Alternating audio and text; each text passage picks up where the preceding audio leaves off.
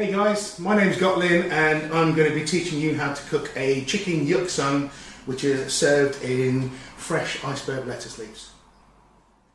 So I'm going to run through the ingredients now. So there's a few things we're going to need. For the actual seasoning side of things, we're going to be looking at, we've got half tablespoon of sugar, 1 tablespoon of soy sauce, 1 tablespoon of oyster sauce, 1 tablespoon of rice wine vinegar, and the sesame oil is used at the very last part of the dish just to season it at the end. And then for the filling, we've got a couple of onions, which we'll show you how to chop in a second, and a spring onion. Some water chestnuts, which is going to give the dish some texture. Chinese food is all about texture. So you've got the soft, juicy chicken along with sort of like some crispy sort of like water chestnuts. Some carrots, again, just cut into cubes. Garlic, ginger. I'm going to mention the spring onion again. These three are the essential part of any Cantonese cooking. Okay, it doesn't matter what you're cooking, providing you've got one of the garlic, or you've got one of the ginger, or you've got some of the spring onion, you're going to have an aromatic dish. Put all three together and you're onto a winner. Chinese cookery is all about prep work, so we're going to get everything ready now.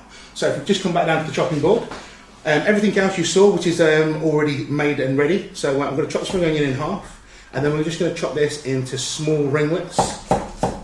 Just being careful of the fingers as we do this. And again, these are going to cook down in the sauce, so you don't have to be dead precise. And just towards the end, I'll just slow down a little bit. Okay. Then we're going to do the onion. And again, if I just chop these into thirds first of all, and then I'll chop them into very similar size with the carrot and the water chestnut. Same goes with this one.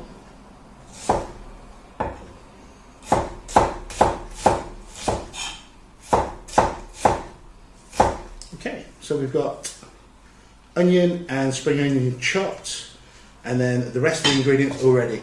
So, time to get the wok on and start cooking. Okay guys, so wok is on. I'm just going to let this heat up, and I'm going to add around about a tablespoon of oil into this. And then the first thing we want to do now is get the aromats in there. So I'm going to put the garlic, ginger and spring onion, and I'm just going to cook those through just so they fill the air with this fragrance. Okay, so spring onion.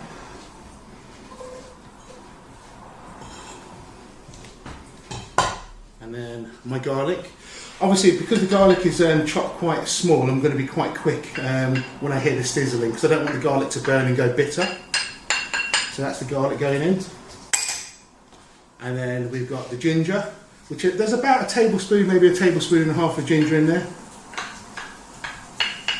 And again, we are cooking in a mobile kitchen today. So obviously your cookers at home are going to create a lot more heat than this little camping gas stove that I've got here. So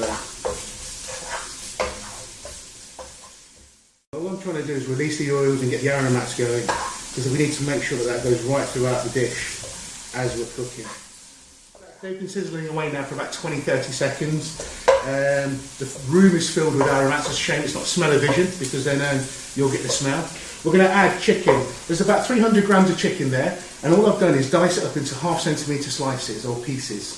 Okay, so that goes straight in. And we're just going to stir fry this now for about 2 or 3 minutes, just so the chicken is sealed and cooked just near enough all the way through.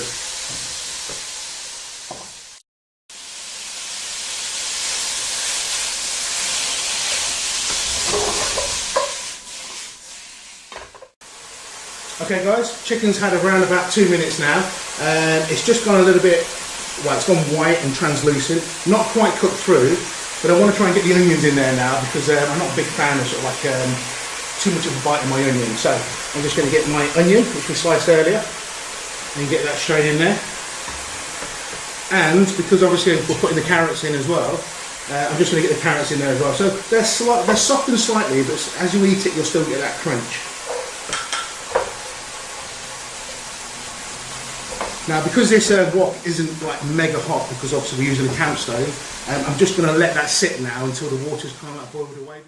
Okay guys, it's had about 3 minutes now. The water's evaporated. You can see we're just starting to get a bit of colour on the chicken now. So what I'm going to do, I'm going to add our water chestnuts. And again, these will only take about another minute or so.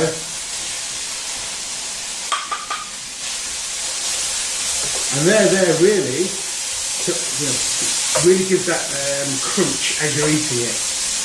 So